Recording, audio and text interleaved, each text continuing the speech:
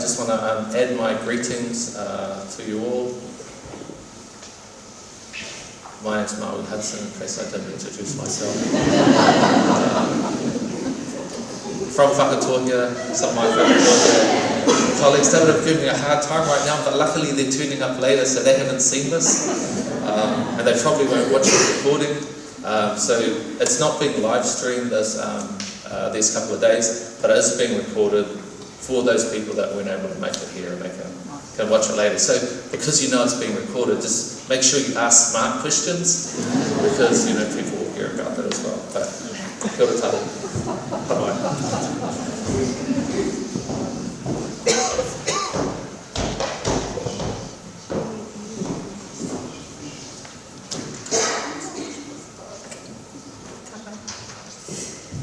Ko te me tuatahi e mihi kau ana ki te araki nui kuini ngā waihonu i tupo, ko te tau te whiro te tua waru me tōna whare kāhui ari ki pai māriri ki a rātou.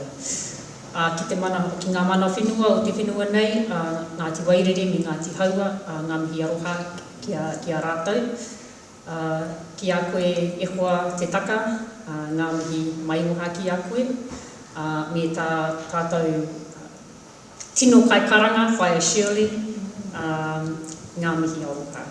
Ki a koutou, ngā tāngata, ngā kaimahi no ngā hau e whā, nau mai haere mai ki te whare wānanga o Waikato. He uri tēnei, no konei, no Ngāti Tipa, o te Puaha o Waikato, Ngāti Māhanga, Ngāti Kinohaku, me te o Pauri, ko Tahu Kukutai tōku ingoa, no reira tēnā rā koutou katoa. What a lovely welcome we've had here this morning to Te Whare Wānanga o Waikato, and it's heartwarming to see so many faces blacked out in the audience. Our kaumātua, our ruruhi and our koroheke who helped us start in the right way this morning, gratitude and love to you.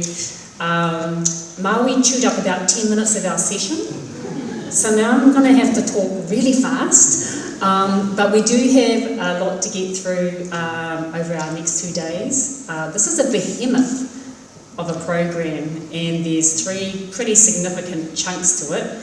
So this morning we're going to talk just the one chunk, but there's a lot of bits in the chunk. So I'm going to get started. But before I do so, I really want to take an appropriate amount of time to acknowledge our what happens when you bring tikanga and technology together.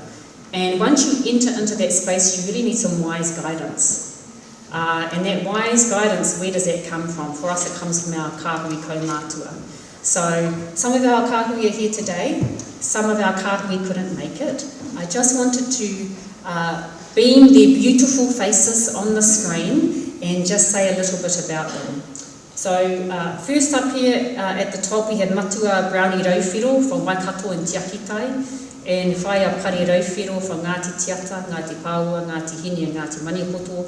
And the Rauwhiro live on the Papakainga at Pukaki Marae near the Manukau Harbour, and they're really well known in that rohe te kei o Tainui for the many roles that they have carried out over many decades. So our aroha is with them, and we're a bit sad that they couldn't come here today.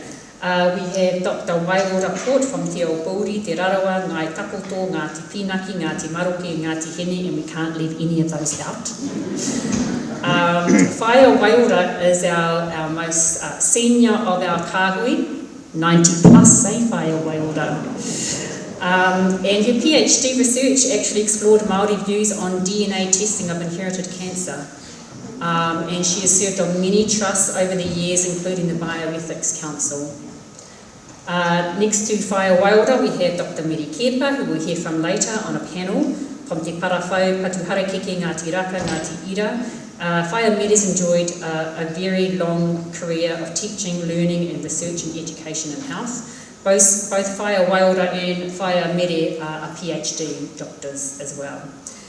We have Whaia Tuahana Clark in the audience as well, who's from Waikato. She's a teacher, a weaver, an author, a super nanny, and a board member of Rauawawa Kaumātua Charitable Trust here in Kirikiriroa, which is very active in Kaumātua-led research.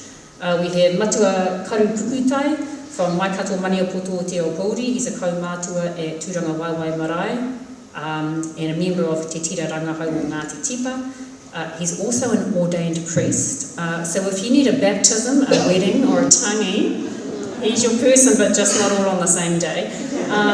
In his retirement, he became an intrepid traveller and backpacked solo around the Middle East, South America and Asia, and Interpol may or may not have been involved.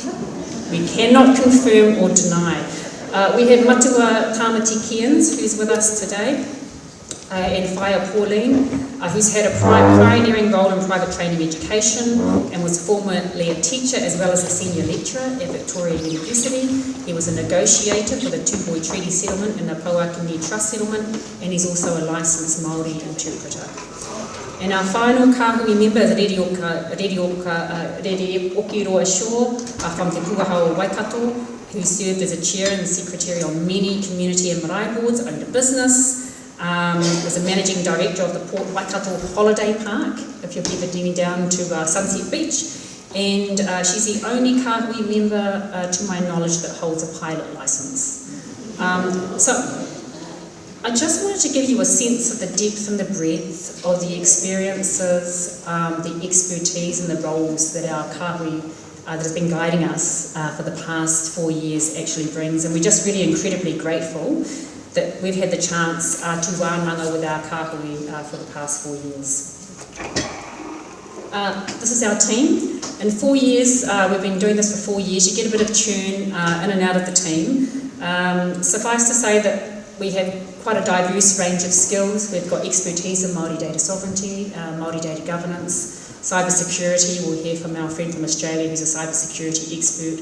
Ngā tauranga Māori, te tiriti, intellectual property rights. So when you're dealing with a kaupapa like this, which is at the intersection of very different bodies of knowledges, you need quite a diverse group that can reach across those boundaries but have a shared value system so we don't talk across each other. So having that team's been really awesome. I just want to acknowledge Marama Muru Lanning, who's the director of the James Henare Research Centre at Waipapa Taumatarau, who couldn't be with us here today but has been involved in our rangahau, and Professor David Watts, who's a tauiwi ally from Te Whenua Moemoeā, Australia, who was a former Privacy Commissioner for the state of Victoria. That's very keen to work alongside us, but he's had a whānau tragedy, so he wasn't able to make today as well, and I just want to acknowledge the work of David and Marama. Also, Roimata o Te Aroha Jacob, who mustered the troops and is now going to do a PhD, so I think that's a great outcome from a research project. And also our tino kai mahi, Regina Sterling, who's been holding the pen and doing a lot of mahi in the background, and is always there when we need you, so thank you, Regina. So, it's a big bucket of stuff, Indigenous data and governance. That's so broad-ranging and there's a lot of stuff to cover. I can't do all that this morning, so I'm just going to focus on privacy, and I'll say a little bit why privacy is important and why we've focused on it so much. I didn't really care about it much at all, to be honest, before I started this research project, but now I do a lot, and I hope we all do. But this is just to give you a sense of the sorts of wide-ranging stuff we've done in our rōpū over the last 4 years. We've been involved in working on the Māori data governance model, which some of you might know, which was published by Tikanga Raraunga, which is the independent data trust for the National Iwi Chairs Forum. You can go to their website or just Google Māori data governance model, it will come up. There was also an audit tool that sits alongside the Māori data governance model, which Regina led a project on with some of our colleagues, that condenses a 75-page document on how to govern Māori data into a 2-page template, which is met, partially met, not met. And it was important to do that audit tool because sometimes people need the shortcut version because they're not going to read 70 pages with all the detail. So that resource sits there. It was deliberately published open access. If you're interested in the data governance model and the data governance tool, you can just search Google and it will come up. Recently we held an Indigenous Data Sovereignty Masterclass with mātanga from all over the world. It was free. We produced a resource which is called the Indigenous Data Sovereignty Masterclass Workbook. I've actually got one in my bag, I could wave it at you. But there's a free version to download as well. You can find it really easily, and Tikanga Technology was a sponsor. We've written papers on not offshoring Māori data. It's like the 101 of Māori data sovereignty is don't put our data in a warehouse in Sydney. And the final one down the bottom, some of you may be aware that the Office of the Privacy Commissioner is currently conducting a consultation on a code of practice for the processing of biometric data, including what most of us might be familiar with, which is facial recognition technology. This is something that many in Te Ao Māori are very concerned about. Our team has written 4 submissions on this starting back in 2021 and tracking it as it's progressed through. Our last one was in 2024, and there's one more opportunity to write a submission on the proposed code, and you have to have it in by March 14. So if you care about biometrics and you care about privacy, I do encourage you to go to the website and make your own submission. So that's sort of a bucket of stuff that we've been doing over the last 4 years. And now I sort of want to get to some of the key foundational pieces that our team has been working on. One of those is the Māori Data Privacy Framework, guided by our Kahui Kaumātua. A second one is the idea of a Māori Data Code. The Office of the Privacy Commissioner is moving ahead with a code for biometric data.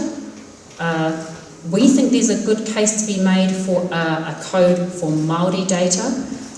It will be a hard one to argue, but we think there's merit in exploring that idea.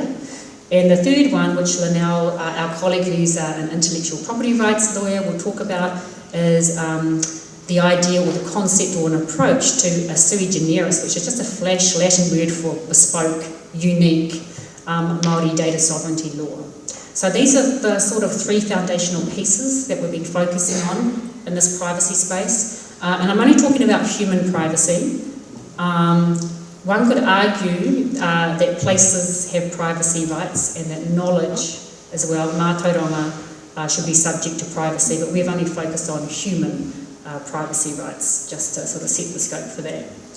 So the Māori Data Privacy Framework, I'm going to have to get through that pretty quickly. I'm going to describe it in a pretty high level way, but I think first it's a reasonable question to ask is, why would you even focus on data privacy in the first place? Why should we even care about that, and how does that connect to data sovereignty? So the short answer to that is that data privacy and data protection law is really the main tool that governments all around the world use to try and protect the data of their citizens. And that data protection is actually a really key part of data sovereignty. There's no Indigenous data sovereignty law or regulation anywhere in the world that protects Indigenous people's data. There are extra legal mechanisms like principles and guidelines and labels and relationship agreements, but none of them really have any legal standing, and they often rely on individual and institutional goodwill. It can get you a long way, but it can also be rolled back. And in fact, as we know now, regulations can be rolled back as well. But they are one of the strong guardrails if you want to move a kaupapa forward. So our team decided to focus on data privacy and try and explore, well, what are the opportunities for us to really embed tikanga Māori into privacy regulations that already exist, as well as create a new framework to ground conceptually data privacy in a Te Ao Māori worldview. So our primary audience was really for data privacy regulators and professionals, because they're the ones who create these laws, and so we've been invited to give them presentations at the Global Privacy Assembly, most of whom have no idea about Indigenous data, but there's a knuckle of something in there, a different way of thinking that sort of appeals to them, so they want to hear more about it. And we've got an Indigenous panel at the International Association of Privacy Professionals coming up in Washington DC in a couple of months. But also for our communities, because our communities are really at the vanguard of kaitiakitanga, data protection. And so trying to create stuff that's useful for our whānau, our hapu, our iwi, our communities to use is actually really important. And one of our next sessions is exploring a case study with our team from Ngāti Tipa, looking at how privacy can actually be approached from a hapu sort of data sovereignty lens, which has been incredibly valuable. So here in Aotearoa we have an act, it's called the Privacy Act 2020, and it applies to the public sectors and the private sectors. And it really obliges them to comply with 13 information privacy principles, or what they call the IPPs. Like all acts around the world, it's only concerned with personal data. And it sets out the rules for how you collect it and use it and disclose it and share it. As Indigenous peoples, we often talk about free, prior and informed consent, FPIC for short. It's a specific right in the United Nations Declarations on the Rights of Indigenous Peoples, and it's like a baseline measure. It's not sovereignty, but that free, prior, informed consent is a really important component of how we exercise our rights. However, consent is not a primary focus of the Act. Actually, I need to go in there and Google that in the Act. I'm pretty sure the word consent doesn't come up. Claire Ruri from the Office of the Privacy Commissioner might correct me. But the focus of the Act is on lawful purpose, not consent. That's not the anchor for the regulation.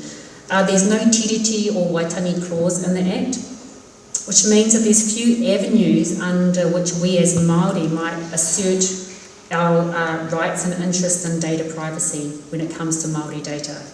The only lever that we really have at the moment is Section 21C, which requires the Commissioner to take account of cultural perspectives. So that's not Māori cultural perspectives, it's cultural perspectives in a very general way. But since the Act came into force in 2020, there's been very few tangible, concrete examples of tikanga Māori, which is our cultural perspectives, being taken into account when framing, and enforcing and applying data privacy regulation. So there's a big opportunity there, largely underused and underutilised, to try and bring tikanga into the realm of data regulation vis-a-vis data privacy. But why does it matter? The Privacy Commission undertakes a biennial survey on privacy, and the last one was in 2024. It showed really, really clearly that Māori are more concerned about privacy at every level. So we're more likely to be concerned for individual privacy and protection of personal information.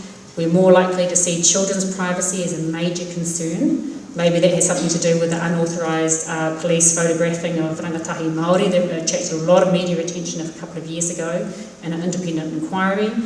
We're more concerned about facial recognition technology and government sharing of our data. Again, there's been a lot of coverage about FRT use in supermarkets and the potential for bias and mistaken apprehension of tāngata Māori.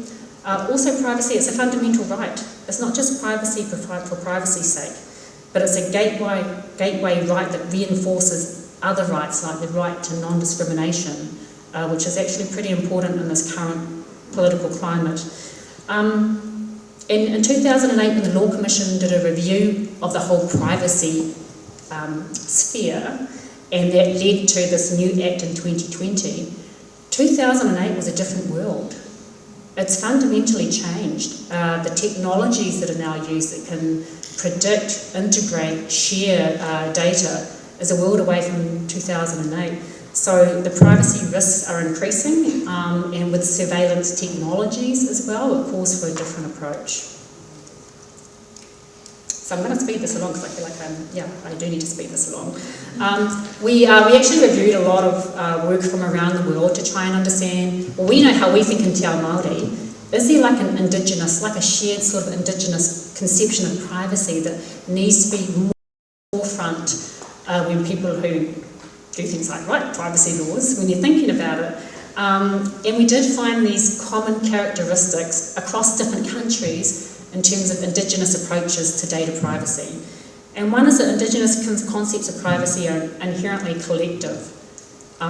So when you've got laws that are only about personal data, and most Indigenous approaches to privacy collective. It's like trying to put a bit of a square peg in a round hole. It's really hard to try and make it fit. There's always an assumption that we have the right to own and control our information collectively, that relationships of belonging and responsibility and respect, they're really important, and that personal data protection, yes, of course it's important. I don't want everyone accessing my health records. It's important, but it's not the sole focus. It's part of a much wider set of privacy considerations in Indigenous communities. So I'm going to fast forward to the Māori Data Privacy Framework, and I was delighted when our mihi whakatau when our colleague Te Taka used the whakatauki ko tō manawa, ko tōku manawa, and then we've got a condensed version, ka whakairia. And some of you may know that this whakatauki comes from Ngā Toroirangi, and the Tainui waka got stuck and needed a bit of a karakia incantation to move it on its way. And one of our wānanga with our kaumātua, Matua Karu, suggested that this be our whakatauki for a number of reasons. One is that it brings that collective dimension of privacy into the central frame, and our translation for that is my breath, your breath together go forth. So that's been depicted in a visual by Nikki Kennedy from Tahu Design that really underpins pretty much everything that we do and how we think about privacy in this space. We do have a report that we're going to publish on our Te Ngira website. All of our papers are going up at the end of February. They've just been copy edited at the moment. There's a short version of the Māori Data Privacy Framework, and then there's the long version of the Māori Data Privacy Framework. This is just the visual elements of it, and I'll just quickly run through them. Our kaumātua were really insistent that we needed our atua in this space. If we're going to have a whakatauki like ko tō manawa, ko tōku manawa ka whakairia, we need our atua visible in our framework. So we have rangi nui and papatuanuku. There's a whole kōrero in the report about why we have that and what that means in the context of privacy. We have whakapapa at the centre, and we have four what we might call tikanga values of mana, tapu, Māori and hou. And that's the framework. Mana, tapu, Māori and hou with whakapapa at the centre. I don't have a lot of time to sort of go through it, but I will just show you the sort of logic, because we can't just start at mana and end with mana. If we want to bring tikanga into technology, we have to be more explicit about what that translation process looks like. So in the context of data privacy, mana is to hold binding authority or power over one's domain, including digital domains. And mana can be held by individuals, and it can also be held by groups. There's no recognition of that at the moment in prevailing frameworks. And so there's three aspects to that Māori will make decisions about how Māori data is collected, stored, accessed, used, shared, that we have the right to interpret, assess and interrogate data practices, and that the rights of both individuals and collectives must be protected, and that in some instances, and this is almost unheard of in privacy law, in some contexts the rights of the collective will prevail. We know in our tikanga thinking that koira te tikanga. So it's no surprise to us, but when you bring that into a digital privacy context, some people are surprised. There's a quote here for one of our mātanga that we interviewed. I just read that. I'll just read that out pretty quickly. Mana is inherently collective. It's a collective in the way that the collective interacts with itself and with data. Yes, of course there's a personal mana, but that personal mana comes with the mana of the group. And if it's only the personal mana, then it doesn't make sense to me. It's not pono, that's mana munching. That was one of my favourite quotes. That's a mana munching. I won't read, I know you can all read, so I'm not going to subject you to painfully reading out every bullet point. This is just to give you a bit of a flavour of what sits underneath the Māori Data Privacy Framework. Tahu, of course, is like the tino tikanga when it comes to what should be private, what shouldn't be disclosed and what can be disclosed, and of course sits in tandem with noa. Kylie Quince, who's a professor of law, has written about this at quite some length for over many years about tapu and its importance for how we think about privacy. We tackle de-identified data, we tackle the right to know if our data is being used to develop and train algorithms, the right to opt out, the right to be free from data practices that are deceptive, manipulative, coercive, or discriminatory or harmful, and that the data must be stored using security protocols that give effect to Māori data sovereignty. The next one is Māori life force, and that's really about treating data as a taonga, not just giving lip service to that, but actually treating data as a taonga, and we are the kaitiaki. We talk about derived information, which is becoming increasingly used, and that's not the information that's collected directly from people, but it's bits of information about them that's then used to derive indirectly characteristics about them. Of course, it's a wide-used technique on Facebook, so predicting someone's sexual orientation from their pattern of likes and the people that they interact with. So derived information can be used in really good ways, derived information can be used in really harmful ways. So it's really important that we confront that, because it's a real thing. And that we have the right to correct inappropriate data. We have another quote here, there's a very long one there, but I think the one here from one of our Kāhui members, "Ki o tātou whakaro mena, he Māori tō te tata, kei te ora te tata." And I think that's quite awesome.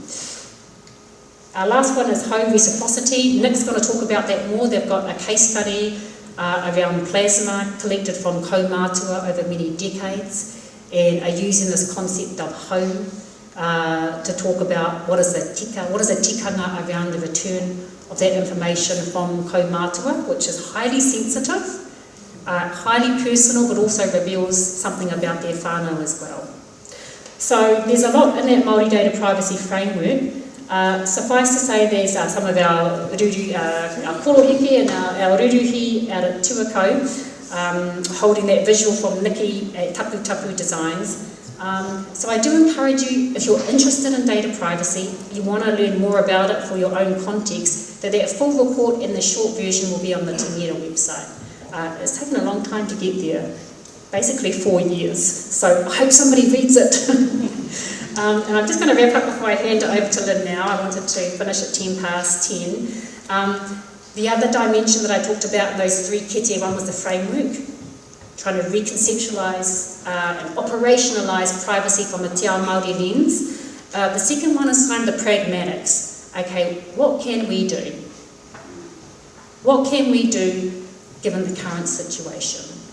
So this is where our Taiwiwi friend David Watts from Australia came in real handy, because he used to be a former privacy commissioner, and he looks at it through the lens of what he calls black letter law, and what's doable and where are the boundaries that you might push. So under the Privacy Act, the Commissioner does have the power to issue codes of practice, is currently consulting on a biometrics code, and that can provide additional protections for higher risk categories of personal information or privacy intrusive activities. And they can develop special rules for particular categories of information privacy risks. The code can actually modify the Privacy Act and the IPPs. Can't create new ones, can't create rights where they don't exist, but it can modify the existing ones. And the Commissioner must take account of certain matters when exercising the statutory power, including cultural perspectives on privacy, which we would call tikanga. And there's so many examples across so many domains where tikanga Māori has been embedded into the law, statutory law and common law as well. So it's not like this is a new thing. So why should privacy be any different from areas like employment, environmental resource management, care and protection of our mokopuna? What makes privacy so special that tikanga can't be embedded there? Especially when we've done some of the groundwork thinking it through. So the question, which was, can a code for Māori data provide a partial solution to data protection. After looking through the literature, doing some deep dives, having arguments with David, we sort of came to the conclusion that yes, maybe, but probably only for certain classes of Māori data. And that data would be whakapapa data. This came through so clearly time and again when we went back through all the Law Commission reports back to 2008. Communities, academics, privacy specialists were saying whakapapa data is a taonga, it's tapu, there's no protection, there needs to be some. Currently there's not. Now the hook here is that the Act can only cover personal data. We make the argument that whakapapa data, it's an and. It's both personal and it's collective. And it's tino tapu, and we need additional protections around the collection, use, disclosure and sharing of whakapapa data. There's some two key examples of that. One is the use of familial searching of DNA in DNA databases to solve crimes. So that's individual DNA, but they're searching for relatives to match in criminal investigations. That's been well traversed by the Law Commission, who have said we need tikanga involved in the decision making around familial searching of DNA databases. Another one is more recent, it's called Forensic Investigative Genetic Genealogy. It's used by law enforcement in the States. The police and ESR started a pilot here in Aotearoa. It's basically you take the DNA from a cold case, an unknown assailant. You generate the DNA profile, you load it to a public website where other people load their DNA profiles. You try and find a match that's sensitive to about third cousin. Then you identify all of those on the public GEDCOM database that have a relationship with the DNA profile from the cold case. And then from there start to interrogate genealogical databases and so forth, and basically build whakapapa genealogies, family trees around those who have been identified as a match on the public DNA database. And that's how they call it the Golden State Killer, Joseph D'Angelo. It's widely used by law enforcement. So we think that this brings risk with it, and then we need an additional, a new approach to thinking about this, one that takes on board tikanga Māori. The second one is data about the deceased. For the most part, the Privacy Act doesn't cover privacy of people who have passed away. We know in Te Ao Māori that the deceased have mana. This has been tested various times in various cases, and we think there needs to be special provision for privacy of the deceased under a Māori data code. And the third one is really around aggregated information. That's information that starts life as personal data from individuals, but then through the use of technologies gets put together to create groups. And you may not even be aware that you're part of the group. But that group, a characteristic is of interest, and then groups get surveilled in particular ways. So we think that there's a case to be made that there's these three kinds of special data: whakapapa, deceased, aggregated data, that is worth exploring as the basis of a Māori data code. I don't know how far we're going to get in making that argument, but I think you've got to try. So the last one is when we've looked at how tikanga, and Lynell will talk about this a bit more because she's really the expert in this area, has been used in other laws, they're not prescriptive. They don't say, you must do this tikanga in relationship to this sort of thing. It just says that you must take account of tikanga, and it's quite fluid and quite flexible. And we think that this is the right approach too for Māori data privacy, is not to prescribe exactly what tikanga means in the context, but to make it a requirement that anything that you do in this space must be consistent with tikanga. And we know that we have our experts who can guide us in that. So it's 10:15, aroha mai, I've gone 5 minutes over time. I tried to talk slowly because I've been accused of being a fast speaker. I don't know if that's true or not.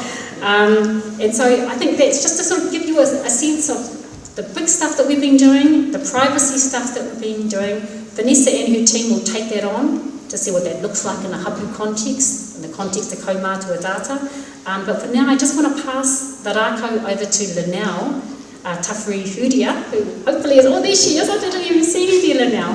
While she's coming up here and we're getting her presentation, I just want to say that Lynell's amazing. We were so grateful that she joined our team because she's actually got a real grown-up job as a partner in a law firm. Lynell was the first Māori, correct me if I get this wrong, Lynell was a patent attorney and is known globally for her expertise in Indigenous intellectual property rights. So I'm going to hand it over to you, Lynell. Thank you.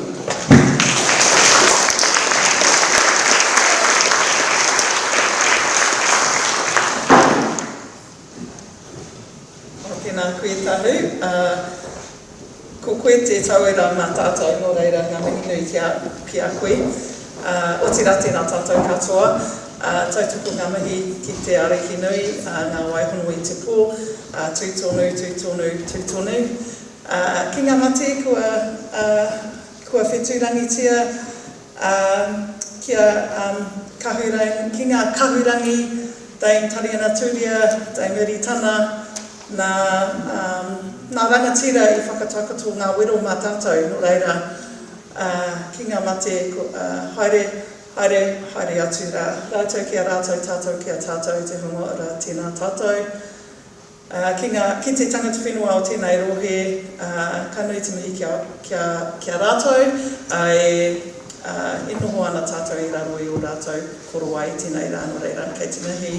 Ki ngā kaiwhakarite o tēnei hui, ka nui te mihi ki a koe e Natalie, mā koutou o te ngira, o tēnei wānganga, tēnā koutou katoa, o te raki a koutou katoa, tēnā koutou.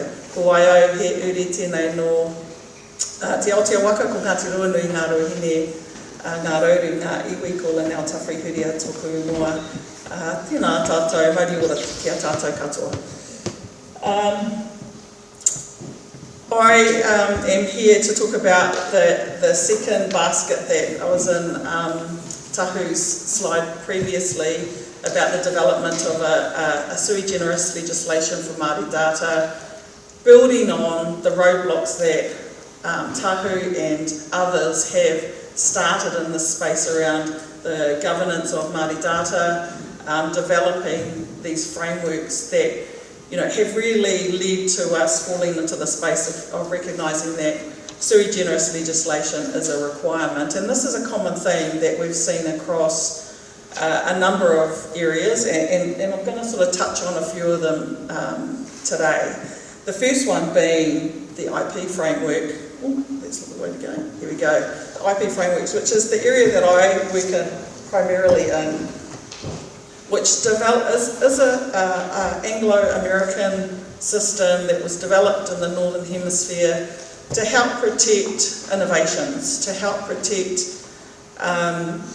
people's investment in developing building on new ideas, creating solutions that solve problems that we were faced with as a society, but also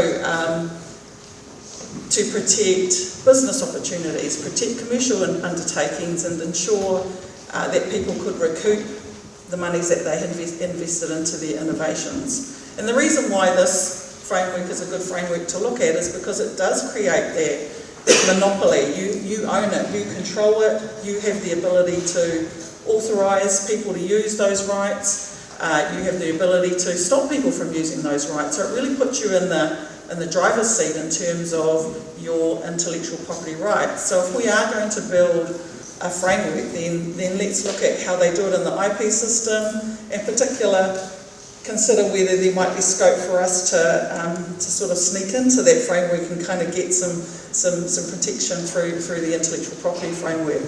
Unfortunately, it's a well-established system that has its own rules and frameworks, and under that system there's this idea of what we call the public domain, where everything that sort of falls into that public domain and is not covered by an intellectual property right is basically free for anyone to use. And that's where data sort of sits. It sits in this space where it's it's a piece of data, and so therefore it doesn't fall into the protection that is provided by the intellectual property system, and people can just borrow it.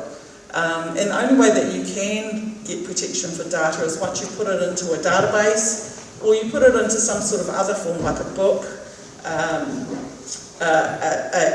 an invention, a story, a waiata, a haka. That then becomes a piece of intellectual property that you can protect within the system. So inherently, the IP system is not the right fit for providing the protection that we want to see for data. The other issue with the intellectual property system is this idea that, within that framework, you get granted these monopoly rights for a set period of time. So a patent, you will get a patent for 20 years, you'll get a trademark for 10 years, you'll get copyright protection for 70 years, it will be shortly. But those timeframes are not conducive to the types of rights that we like to see for kaitiaki. Kaitiaki rights are enduring, those obligations and responsibilities never expire. And so the IP frameworks don't really suit the protection that we're looking for within our sui generis framework. So we had a look at some other frameworks, and recently, and there's a typo because the Data and Statistics Act came out in 2022. And this framework, this act is quite interesting because it does have some really strong wording in the act that imposes on the statistician that they must give effect to the principles in Te Tiriti. And it provides a whole lot of actually detail around how the statistician must do that. And in particular, in sections 14 and 15, there's some really, really good language. And we do need to acknowledge the sort of the development of this act and the work that Te Kahui Raraunga, Te Mana Raraunga and others, including Tahu and Maui as well, who are involved in supporting the development, or working with government on the development of this new act. It imposes some really high bar on the statistician. So, in particular, requiring that the statistician must recognise Māori rights and data when collecting, using and managing data. The statistician must build capacity internally and externally around Te Tiriti, the understanding of Te Tiriti. So within the Department of Stats team, there must be some mahi done to build capacity there. They must also build capacity for Māori to receive data, to be able to manage and govern their own data outside of the Department of Statistics. There is also some requirements around setting minimum engagement with Māori by the statistician, and also sets some minimum requirements around the use of data in research. And so it has these really high bars. It will be interesting to see, as we all know, with the mahi that's going on within government, whether these provisions stay with the treaty clause review bill that's coming through government. So it'll be interesting to see if this stays. But some of the work today, and we've seen this with Te Kahui Raraunga and the mahi that's being done, and that was done with the last census, empowering Māori to be part of the collection of data in their rohe, being able to use that data after the collection and manage that data, deliver it back to the Crown for their purposes, but then be able to also hold on to that data and do what they want to with that data. So it's a good framework, and there's frameworks within this Act that would help feed into a potential sui generis legislation that we will hopefully get to. There's also been a couple of cases that and claims before the Waitangi Tribunal that have also provided some insight into what our sui generis framework might look like. Before Y252 there was Y262, which was the claim around taonga, and in particularly the intellectual property a claim against the intellectual property regime and the inability for Māori, or the ability for the intellectual property system to grant rights over taonga without Māori involvement, preventing Māori from having control over their taonga within those frameworks, and also sort of indicate a clear statement within that decision around mātauranga being a taonga, and also perhaps one of the first reports from the tribunal that gave us indications around the layering of those responsibilities in relation to mātauranga, and that there's, we have mātauranga that sits at the top that we should have complete control over. Then we have other aspects of mātauranga, other taonga that sort of we don't have complete control over. And that was a really interesting report, not met favourably by the Crown, not met favourably by Māori, because it sort of sat in the middle somewhere, but it provided us with a real opportunity to think about these layering of rights, and then it might not be a complete exclusive control, but it might be some sort of lower level of control. And that's what we've also then subsequently seen in this Y2522 decision. It's sort of built on those comments within Y262 and reaffirmed that Māori data does have the capability to be taonga, particularly if it does encapsulate mātauranga. And so that really provides us with a good hook, ensuring that any sui generis framework can recognise and ensure that data is recognised as a taonga, and that the Crown then subsequently has obligations to actively protect that taonga. What the Y2522 basically said was that the Crown did breach Te Tiriti because they didn't actively protect Māori data within the negotiations around the TPPA, originally it was, and then subsequently the CPTPP, that the Crown could not rely on the exception clause, within its free trade agreements to provide it with, to absolve it, I guess, of its responsibility of active protection in relation to our taonga. And so, as a consequence, the Crown needs to engage, and Māori need to also engage in this process to develop other frameworks, and this feeds into our work for the protection of Māori data. Now, it's quite interesting that since then there's been a number of free trade agreements that have been signed that have continued to repeat those same provisions, that continue to ignore the fact that we still haven't, the Crown is not engaged with Māori around the management of data, ensuring our data is protected within these free trade agreements, and so we're continuing to see the perpetuation or continual breaches of Te Tiriti by the continued signing of the same provisions within our free trade agreements. Another really interesting decision that is feeding into our thinking around what the sui generis framework might look like is Te Pou Matakana and the Attorney General decisions, I should say, because there was two. You might recall that during COVID, Te Pou Matakana Limited had requested access to private personal information as to whether Māori had got their vaccines during COVID-19, during the pandemic, and the Ministry of Health had refused to provide that personal information to that provider, and that provider took the Crown to court and won. The court said that they should be given that data. After that decision issued, the Ministry refused again to provide that data, and so they went back to court again, and the court once again confirmed that that data should be provided to that provider. And some of the key comments in that decision talked about how when making these decisions, the Ministry of Health needed to firstly take into account Te Tiriti and Tikanga as relevant considerations when deciding whether to share Māori data. And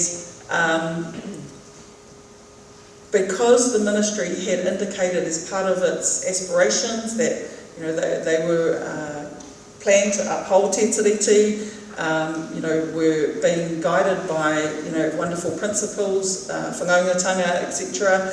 And as a consequence, the High Court said that because they had indicated that that was informing their decision-making processes, that there was an expectation that they would take into account Te Tiriti and Tikanga when it was making its decisions. And so therefore, there was the strong obligation to share data.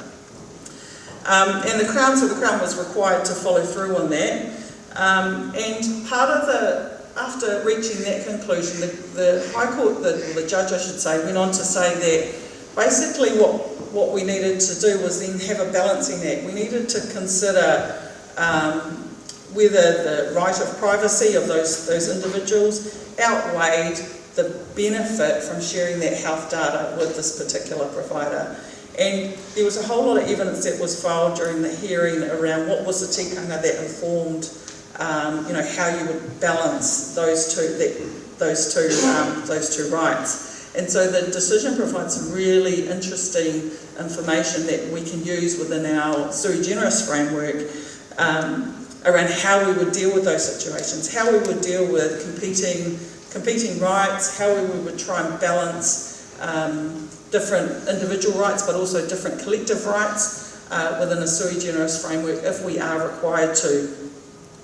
And as I mentioned, the decision in the end supported the iwi's ability to access Māori data held by the Crown in those circumstances because of the pandemic that we were faced with and the sort of extreme circumstances we were faced with at that time.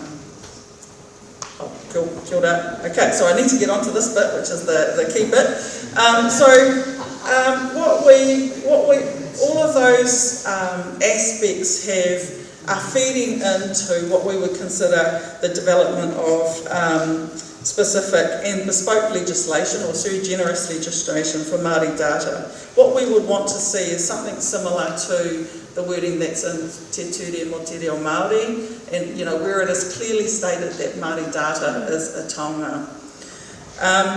I think that we would not want there to be any reference to the Privacy Act because that has some quite specific requirements that don't align with te tikanga or our tikanga, and it's one of those considerations that will butt up against it. We would have to sort of make sure that within our frameworks it's clear about where the Privacy Act sits and where our Act sits. The legislation, as I mentioned, would have to incorporate these recommendations that we've seen in Y262, Y2522, and also sort of incorporate those the parts of that decision of Te Paumatakana as well.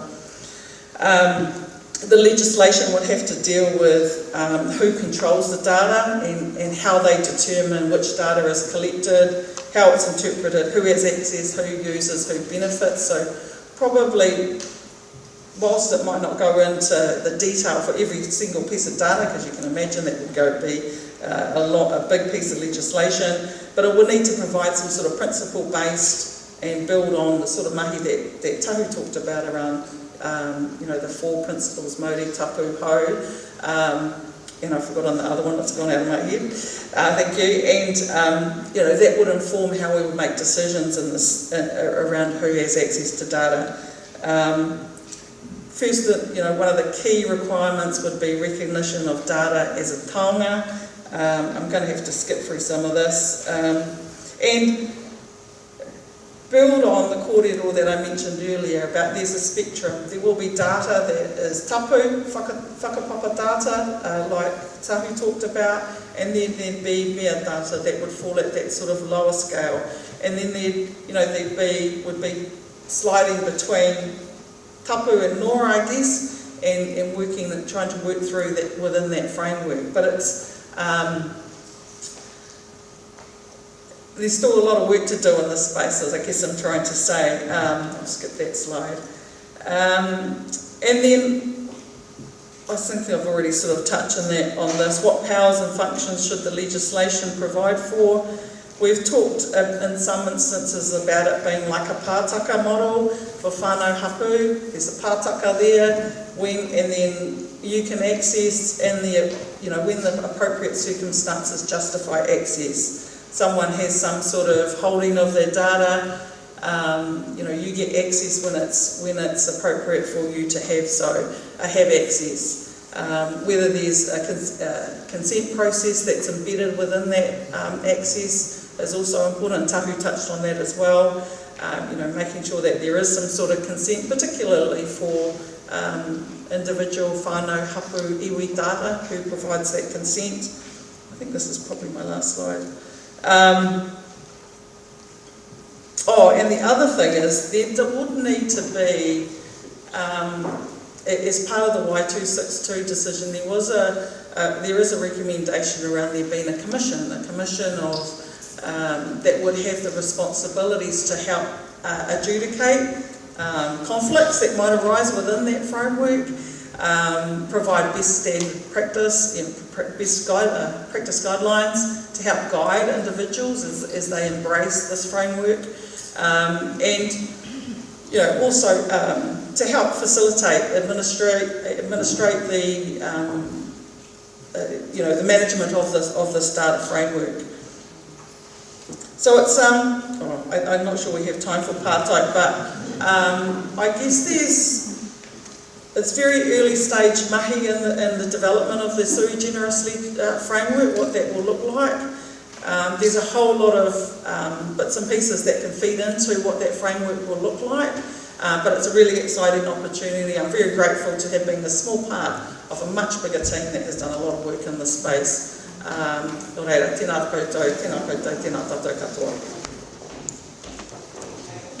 We do actually have 5 minutes for pārtai while we're getting our paramanua morning tea ready. So that was a big download on our 3 kete, a code, a framework, a Māori data law, which is bigger than privacy. So if you have a pārtai, I think Maui's going to run around with a microphone. We just have 5 minutes. Kaue whakamā. We all know each other now. We had a mihi whakatai, we're all friends. You can ask your critical questions to Lynell.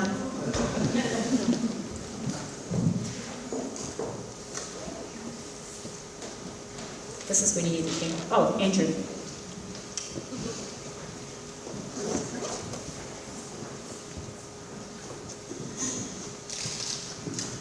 Kia ora. Thank you for a massive download, but a very, very interesting morning and a fantastic start to the hui. The question I have is, how do the contexts differ between what we might call iwi-specific data or iwi-identifiable data and what Mātua Dan often refers to as tangata data, where there is no kind of iwi affiliation immediately identifiable within that particular data resource. What impact would that make with regard to privacy laws and the potential for any kind of government intervention or accessing data?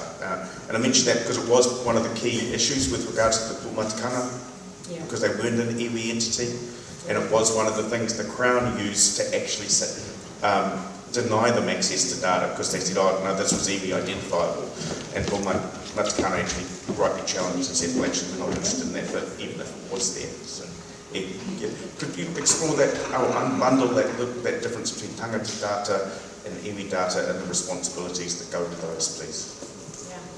That's a great question, Andrew. And I don't know if there's a simple, straightforward answer to that one, but I think that sort of ability to bring clarity to where the boundaries stop and end in any given context, I think will be vital if you want to really operationalise something like a code.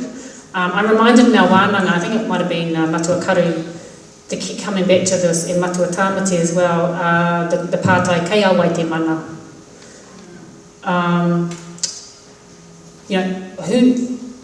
Who does the mana rest with in any given context?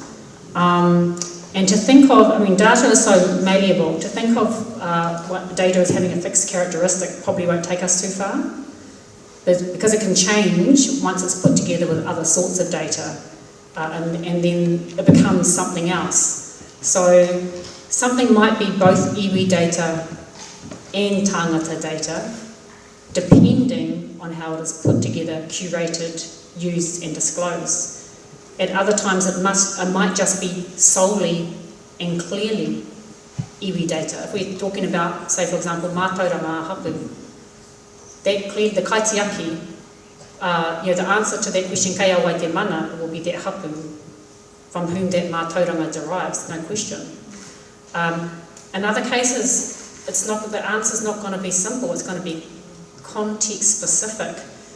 And if you try and prescribe it too rigidly on paper, I think you'll miss the sort of nuance and the flexibility that we need to make tikanga-based decisions. And then it will get fought out in the courts. So one of the things that came up in the Māori data governance model, and actually it was a really important one, and it was a cross-cutting the 8 po in the Māori data governance model, was the one of data classification. And that was a po that underpinned everything else: consent, privacy, protection, security. And that's because we need to define data on our own terms, using our own ontologies. And if we can be clear ourselves, I think we'll get into real trouble if we let other people define our data. Oh, that's tangata data. Tell me what that kind of looks like, iwi data. You fellas have the mana over it. That really has to be for us. So that larger task of defining our Māori ontologies, or what data looks like and how that shifts, that's a task for us to do. I think a start has been made on that. We didn't try and cover that off in the code. But he tino pātai, Andrew, I think it's a really important one. And now I don't know if you've got something to add. I think we only got 5 minutes on pātai. I guess I just thought of an example, that might help with this around the classification, because I think that's really critical in the IP space, and in particular the classification of manuka. And so, when Captain Cook came here, they had their Latin botanists who classified our taonga as Leptospermum scoparium, and so then went along and said it's the same tree as the one that we've seen in Tasmania. And us as Māori know that it's not the same tree, and recently we've just managed to release a report that actually shows that it's quite a different genetic plant, based on genetics. It is quite different. And so that classification is so important, because we've had these classification systems imposed on us as Māori for generations, and Indigenous, imposed on Indigenous peoples around the world for a long time. And it's really fundamental to us being able to rethink and re-establish our own frameworks that sit with that, how we classify things and how we consider what's around us. That's a great example actually. And I was just thinking too, Andrew, on the third one we were talking about Māori data code and the 3 classes of data. And one of them was aggregated data that starts life as personal data and then gets aggregated in particular ways to create groups for, group profiling. So if you, say for example, you use personal data that's sort of aggregated up to whānau data that aggregated up to, gang whānau, who would have the mana in that context?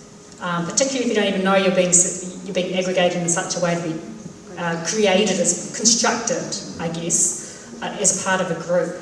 I think you could rightfully argue in that context that an iwi authority would have less of a right in that than the groups themselves are being scaled. So the idea of maybe there's a time and a place for customary notions of mana. But in digital environments as well, I think we need to be nimble and think about different ways of giving expression to group rights as well. Yeah. Yep, go for it. Is there another part at the back? It's really bright, I can't see a thing down there, by the way. Yep. Kia ora, ko Paora Moyo tēnei. Look, I'm not sure if it's a question, but I'm working with a group of people that are survivors of state care. We just had a huge commission report written. We're being invited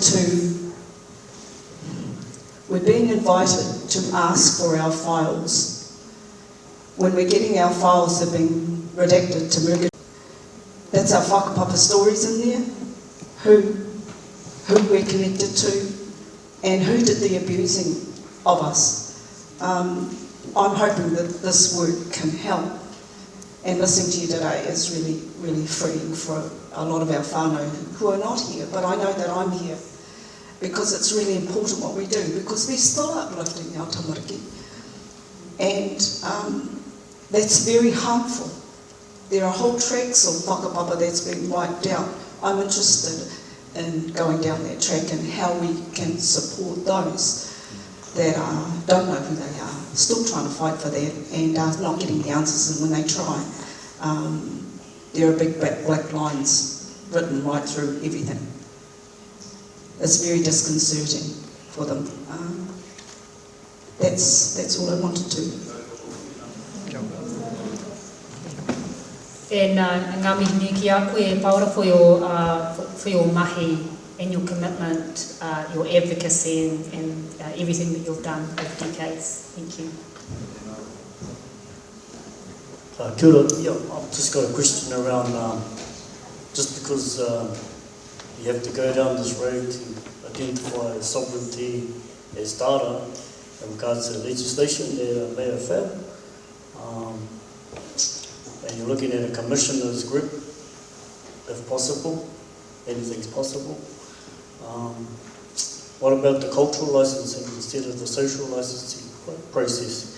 That's what I'm looking at, for traditional knowledge to be regulated under whatever authority you're looking at. Yeah, I mean, I think cultural licensing is, we're seeing more and more of that, building into contracts and introducing new provisions that weren't necessarily there before. And I have spoken about this previously. You know, every contract you sign has an intellectual property clause within it, identifying who owns what IP and where it sits and how you deal with it after the contract. You know, we also need to have those cultural provisions. You know, mātauranga provisions. What's the tikanga here?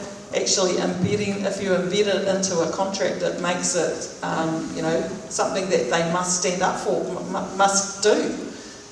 So cultural licensing, I completely agree, it's definitely a way we can start to embed that into our contracts, but also embed that into the way that we engage with each other, you know, in a border perspective, because at the end of the day, our legal system is built on what we call common law. You know, that's how common law was developed, was through practice. If we start practicing these things, it becomes embedded within our common law, our legal system, our tikanga.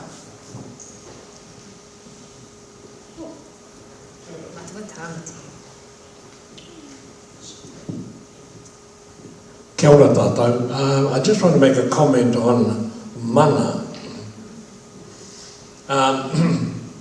In 1840, the Treaty of Waitangi was signed.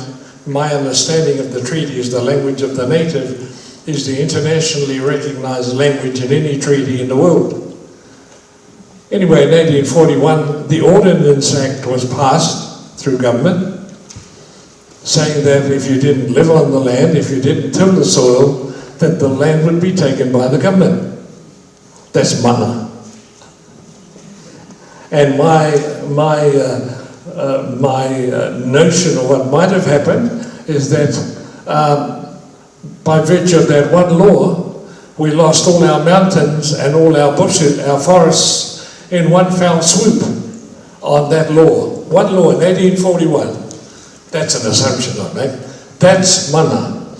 From the time the Treaty of Waitangi has been misinterpreted in 1840, given sovereignty to the Crown, mana has been misunderstood. It has taken mana away, the authority away from the people who did not give the mana to the sovereign or to the Crown.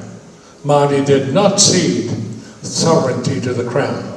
But by virtue of that, the Crown has assumed mana, authority, and that's what we have been abiding by since 1840. It's incorrect and should be corrected.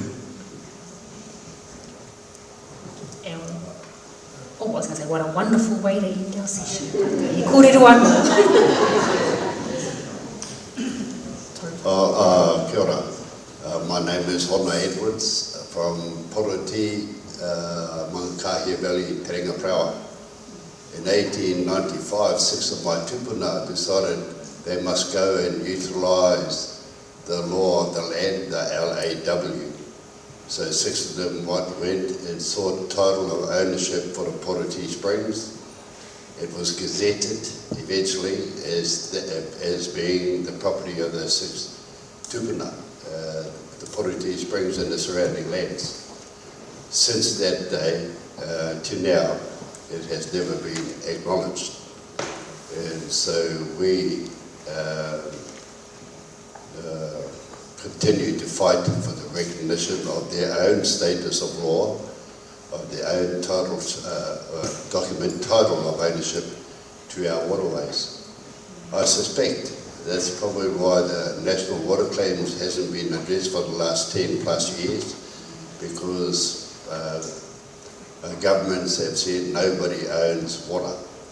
Tangata whenua have never said they own water. We've always said we are katiaki of water. But we hold a document of title of ownership that has never been recognised. That's a little bit of a catch-22. There's a little bit of a situation that I think our people are going to deal with this year. I don't know if there's anything you can add to our position as the hapu of involved with that dilemma. Kia ora.